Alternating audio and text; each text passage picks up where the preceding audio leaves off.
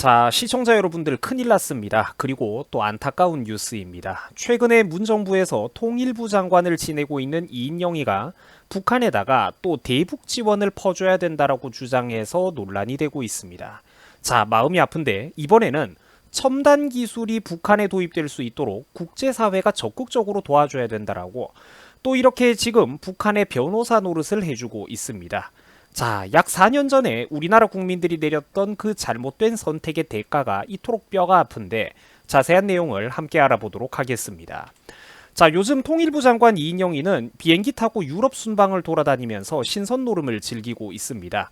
자, 그런데 이 인간들이 다른 거는 전부 다 못해도 지구상의 그 어떤 정부, 그 어떤 공무원보다 가장 더 열심히 열정적으로 일하는 분야가 딱 하나 있죠. 그게 뭡니까? 바로 북한 사랑 대북 지원입니다. 요즘 이인영이는 유럽 국가들을 비행기 타고 돌아다니면서 한반도 평화를 지지해달라고 또 북한 타령을 하고 있는 상황입니다. 자, 물론 이 한반도 평화라는 게 말은 좋지만 이게 실질적으로 우리나라에서 어떻게 악용되고 있는지는 여러분들도 잘 알고 있을 거예요. 최근 독일에서는 여성 총리였던 메르켈 총리가 이끌던 그 긴 정권이 끝이 나고 16년 만에 지금 새로운 정부가 들어서고 있는 상황이라고 합니다. 자, 그런데 한편 이제 최근 독일은 이 와중에 이제 서독과 동독이 통일된 지 약 31주년을 맞이했다라고 해요. 이때를 맞이해가지고 이인영 통일부 장관이 참 기념적으로 베를린을 방문을 한 것인데, 자, 독일의 새 정부가 구성된 지 도대체 이제 얼마나 겨우 지났다고 바로 문정부의 한국 종전선언에 독일이 친구가 되달라며 또 북한 타령을 하고 있다라는 겁니다.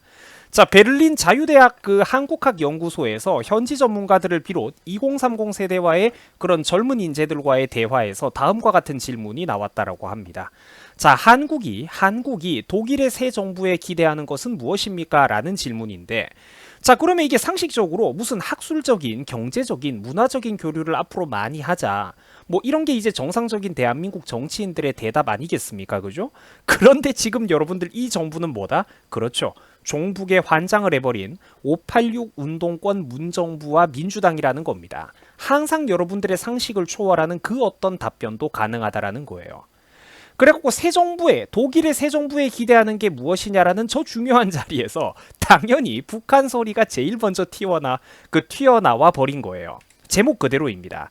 남북 간의 경제 격차를 줄이기 위해서 첨단 기술이 북한에 도입될 수 있도록 우리가 도와줘야 된다. 과학 첨단 기술을 북에다가 갖다 퍼주자. 이런 소리를 하고 있는 겁니다. 이게 정말입니다, 여러분들. 한국이 독일의 새로운 정부에 기대하는 게 뭐냐라고 했는데 바로 북한 타령, 북한에 대한 기술 지원 얘기가 튀어나와 버렸다라는 겁니다. 이게 오늘 영상의 거의 전부예요. 또한 이인영이는 지구 반대편 독일까지 건너가가지고 유럽까지 건너가가지고 그 나라 전문가와 젊은 대학생들을 앞에 두고 이런 발언까지 했습니다.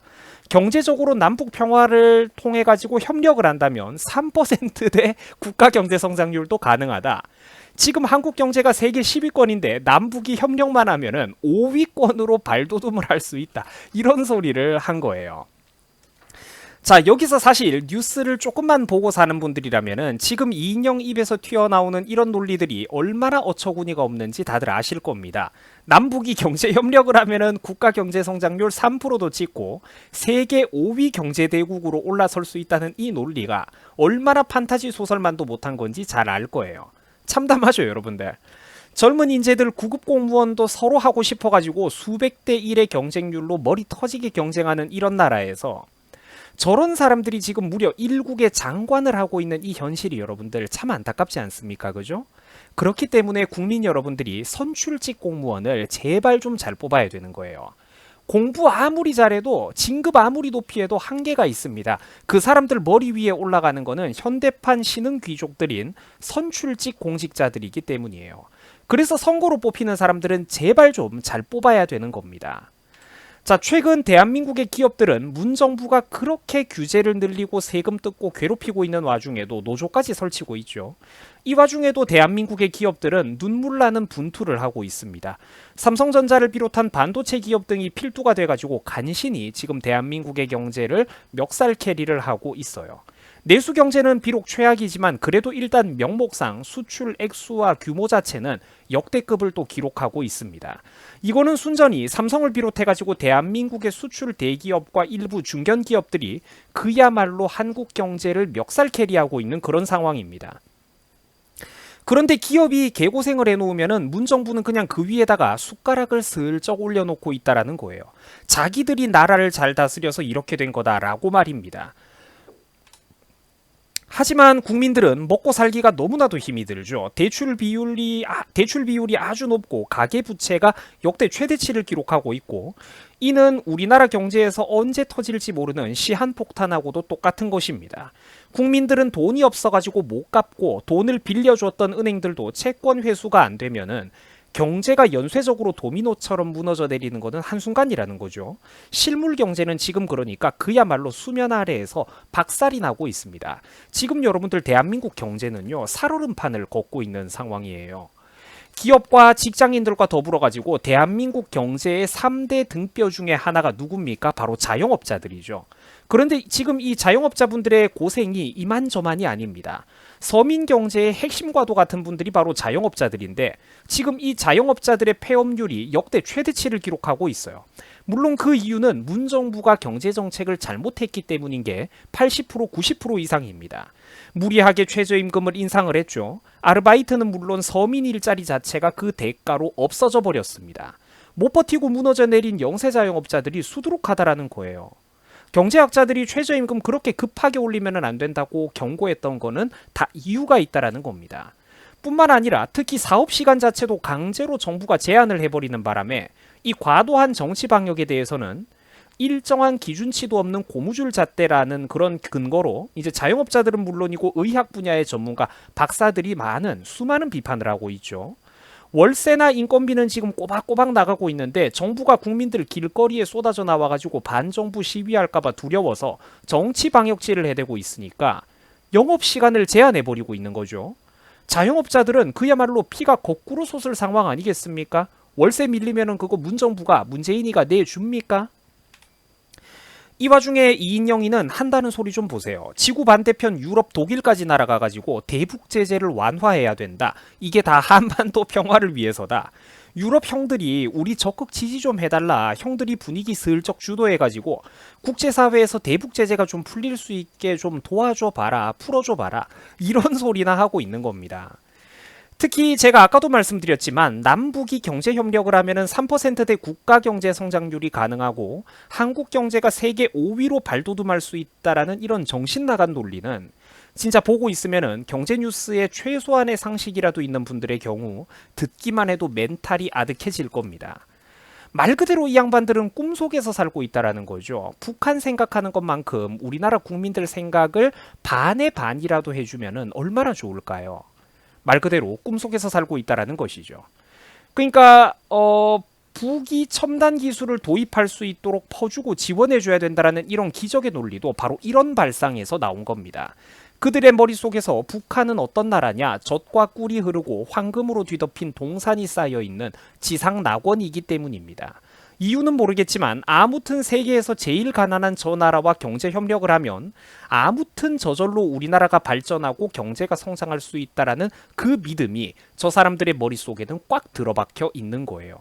안타까운 거는 여러분들 이런 것들이 한두 번 있는 게 아니라는 겁니다. 첨단 기술 도입할 수 있도록 과학기술 지원해주자? 이게 한 번이 아니라는 거죠. 분기가 멀다 하고 몇 달이 멀다 하고 대북 지원 얘기는 우리나라 정치 뉴스에서 항상 나오고 있는 주제입니다. 불과 지난 6월 달에는 문재인이가 직접 북에다가 백신 공급을 적극적으로 협력 추진하겠다라고 난리를 떨어댔었고, 심지어 민주당에서는 우리나라 국민들의 세금으로 북한에다가 공항과 철도를 개발해주자라는 개정안까지 발의를 했습니다. 자, 여러분들 이게 이런 거죠. 호호, 서민 청년들은 뚜벅이 생활이나 하십시오. 북쪽 수령님의 나라에는 공항과 고속철도를 깔아드릴 겁니다. 호호. 이러고 있다라는 거예요. 말도 안 되죠, 여러분들? 국민 세금으로, 학생 시청자 여러분들 부모님이 낸 세금으로 북한에다가 공항과 철도를 뚫어주려고 하고 있다니까? 왜 그 돈을 북한에다가 써야 되는 거죠? 그뿐만이 아닙니다. 몇 달 전 우리나라 산림청은 북에다가 나무도 3억 그루나 지원하겠다라고 했어요. 이런 소리까지 했습니다. 여러분 참고로 대한민국 전체 인구가 몇 명입니까? 5천만 명이죠. 대한민국 전체 인구의 뭐 대여섯 배가 넘어가는 이런 거를 나무를 심어주겠다라는 거예요. 살다 살다 나무 지원이라니요, 여러분. 내가 처음 듣는다니까 이런 거는. 2020년 7월 여름에는 어떤 뉴스가 있었는 줄 아세요? 작년 여름입니다. 2020년 7월 여름에는 8억 원대의 방역 물자도 이렇게 보내주면서 구체적으로 실제로는 북한에 누가 받아가고 어디서 어떻게 쓰였는지 수령처는 말 못한다라고 또 쉬쉬하면서 얼버무렸습니다. 또 2020년 8월 한여름에는 7월 여름이고 바로 한 달 뒤 한여름에는 어떤 기사가 있었느냐. 북에다가 1,000만 달러 우리나라 돈으로 약 120억 원이 넘는 인도적인 지원을 하겠다라고 통일부가 직접 밝힌 적도 있었어요. 여러분 정리해놓고 보니까 대북 지원이 어마어마하죠. 해마다 아니 몇 달이 멀다 하고 여러분들의 상상을 초월할 정도로 퍼주고 있습니다. 저는 정치 유튜버니까 이런 뉴스들을 맨날 보기 때문에 이게 머릿속에 빼곡하게 저장이 되어 있는 거예요. 몇 달마다 계속 지금 넘어가고 있다니까. 북한에 대한 그들의 지독한 짝사랑 속에서 우리나라 국민들은 아예 취업을 포기해버리고 있다라고 합니다. 지금 취업을 포기해버리고 있는 인구가 젊은 세대와 나이 든 세대를 막론하고 역대 최대치를 기록하고 있다라고 해요. 30대부터 60대까지 예외가 없다라고 합니다. 자, 이 자료를 다시 한번 감안해 보면은 실업자 수가 사실상 200만 명 이상이라는 관측도 허다하게 나오고 있습니다. 여기도 보시면은 비슷한 소식이에요. 취업을 아예 포기해버린 국민들이 58만 명 이상으로 역대 최대 규모라고 하고 이게 벌써 2020년 8월달 바로 작년 여름에 나왔던 기사입니다. 여러분 솔직히 말해가지고 지금 저 58만 명이라는 숫자가 과연 어디까지 늘어났을까요? 60만 70만 넘어가지 않을까? 이 와중에도 문정부는 그저 북에 대한 짝사랑만으로 가득한 답도 없는 상황이라는 겁니다. 북한에 대한 짝사랑으로만 가득하다라는 거예요. 자, 시청해 주셔가지고 감사합니다. 여러분들 수고하셨습니다. 조금 답답하셨겠지만 이게 또 되게 중요한 뉴스죠. 그래서 제가 정리를 해봤어요. 영상이 좀 도움이 된 분들이라면 좋아요, 그 엄지손가락 버튼 한 번이라도 꼭 한번 눌러주시고요. 또 얼음사이다 채널에 간단한 응원의 댓글이라도 꼭 한 말씀만 좀 부탁을 드리겠습니다.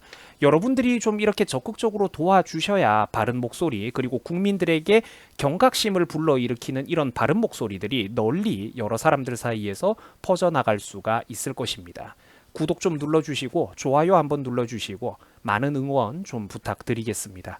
자, 여러분들 수고하셨습니다. 고맙습니다.